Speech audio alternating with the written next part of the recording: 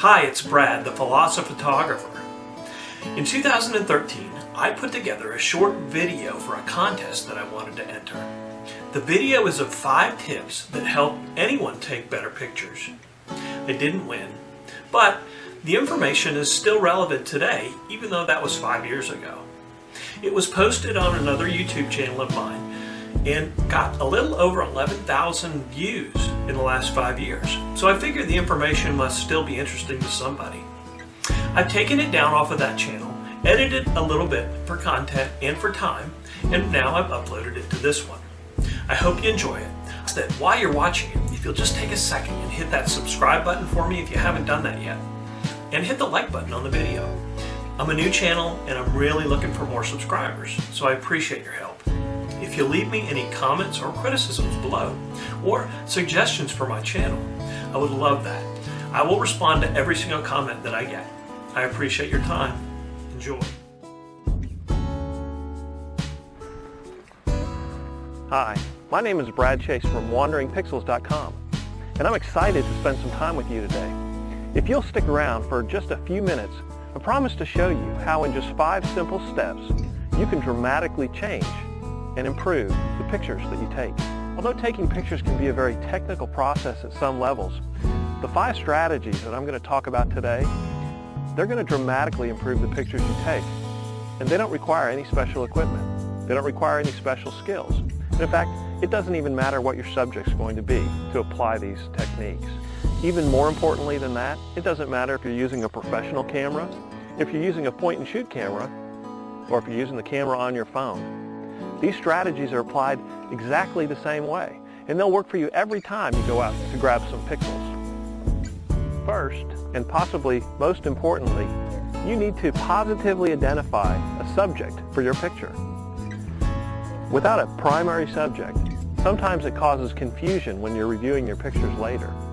In addition, the other 4 tips that we're going to talk about today all center around identifying a primary subject in your picture.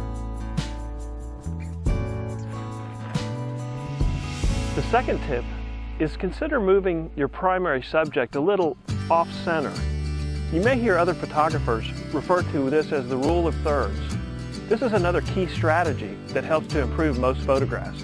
And while it doesn't work for every photograph, it'll improve just about all of them. When you look through your viewfinder, what you want to do is imagine an area divided up into thirds, from side to side and top to bottom. The trick is to move your subject a little bit into one of those thirds.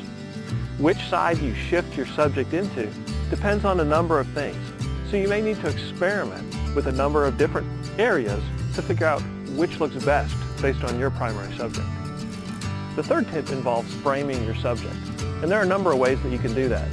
The simplest way is to actually use negative space. All the empty area in your photograph brings the eyes down to the primary subject.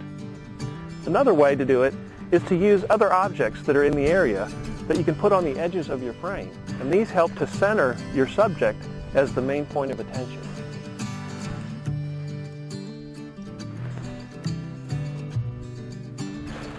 Our 4th tip is to pay close attention to the light and dark areas of your photo and determine if the subject is being painted properly with the light that's available.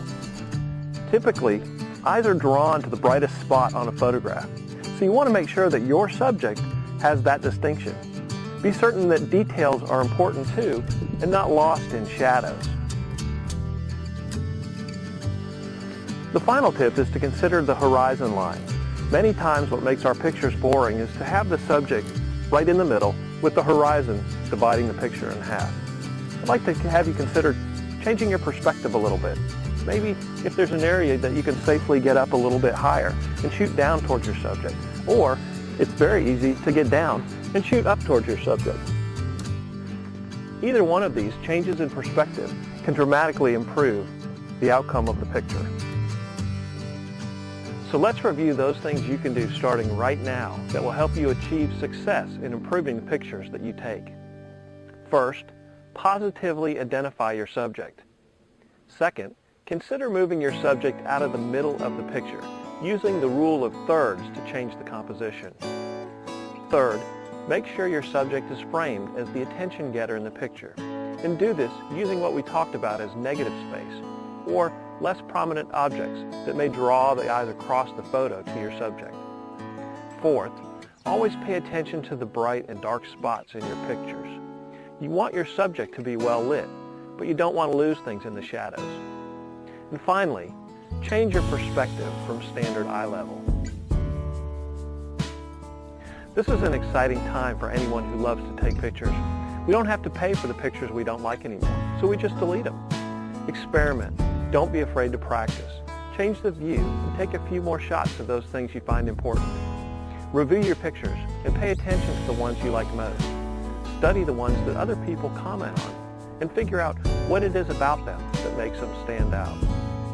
So if you see something that moves you, take a picture of it. Follow your passion. My name is Brad Chase, and I appreciate you spending time with me this afternoon as I follow mine.